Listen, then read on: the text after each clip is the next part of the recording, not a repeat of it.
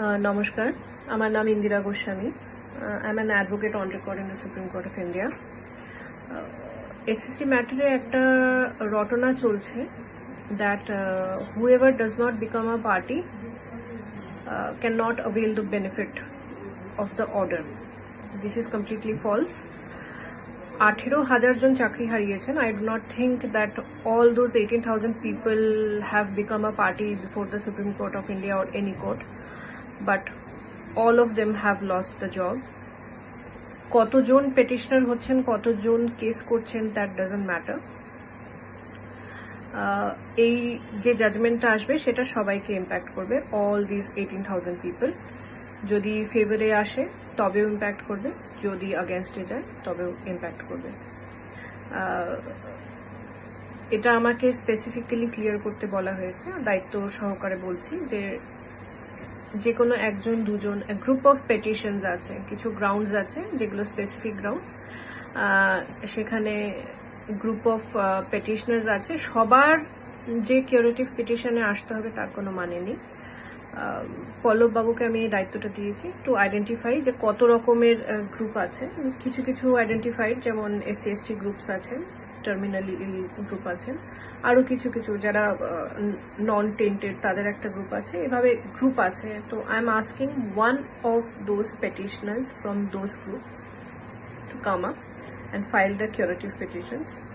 1 lakh petition file করে কোনো লাভ নেই, একটা দুটো তিনটে চারটে পিটিশন ফাইল করলেই হবে। মোস্ট প্রবাবলি একটা ব্যাচের জন্য একটা করে কিউরেটিভ পিটিশন ফাইল করা হবে, কারণ সবটাকে একসাথে আনা একটু মুশকিল, যেহেতু we have to attach the annexures, এসএলপির কপি, রিভিউয়ের কপি অ্যাটাচ করতে হয় কিউরেটিভে। এটুকু থাকলো। আর এটা একটি লেন্দি প্রসেস কিউরেটিভ পিটিশন, কারণ নিচে থেকে ওপরে সবগুলো দেখে ফাইল করা, আর প্রচুর পরিমাণ যেহেতু পেটিশনার্স আছেন, ব্যাচ অফ পেটিশনস আছে, তাই it will or it might take a bit longer time than expected. So I'll request to send all the documents so that I can start working on it. And yeah, we can pray for it. সবাই ভালো থাকবেন। হ্যাঁ, curative petition একটি বা দুটি file করলে প্রায় 18,000 সবাই বেনিফিট পাবে। এখানে যারা শিক্ষক শিক্ষিকা রয়েছে এবং গ্রুপ ডি গ্রুপ সি রয়েছে সবাই বেনিফিট পাবে, কিন্তু একটা হিউজ মানির কিন্তু এখানে প্রয়োজন রয়েছে। কেমন? ধরুন, একটা কিউরেটিভ পিটিশন করার জন্য কয়েকজন অ্যাডভোকেটের, নামি দামি অ্যাডভোকেটের সার্টিফাইড নিতে হয়।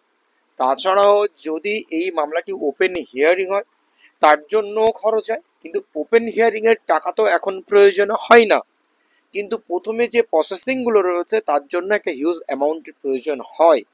সেহেতু এই কথাটি শুনে অনেকে ভাববেন যে আমি টাকা দেব না, আমি কিউরেটিভ পিটিশনের একাধিক ফাইল করব না।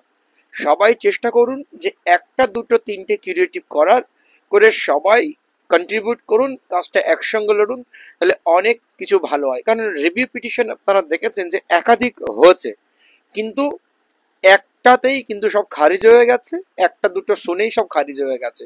তো বিষয়টা এমনই, সব মামলা কিন্তু বিচারপতিরা পড়ে দেখেনি রিভিউয়ের, তাহলে এমনটা হতো না। ধন্যবাদ।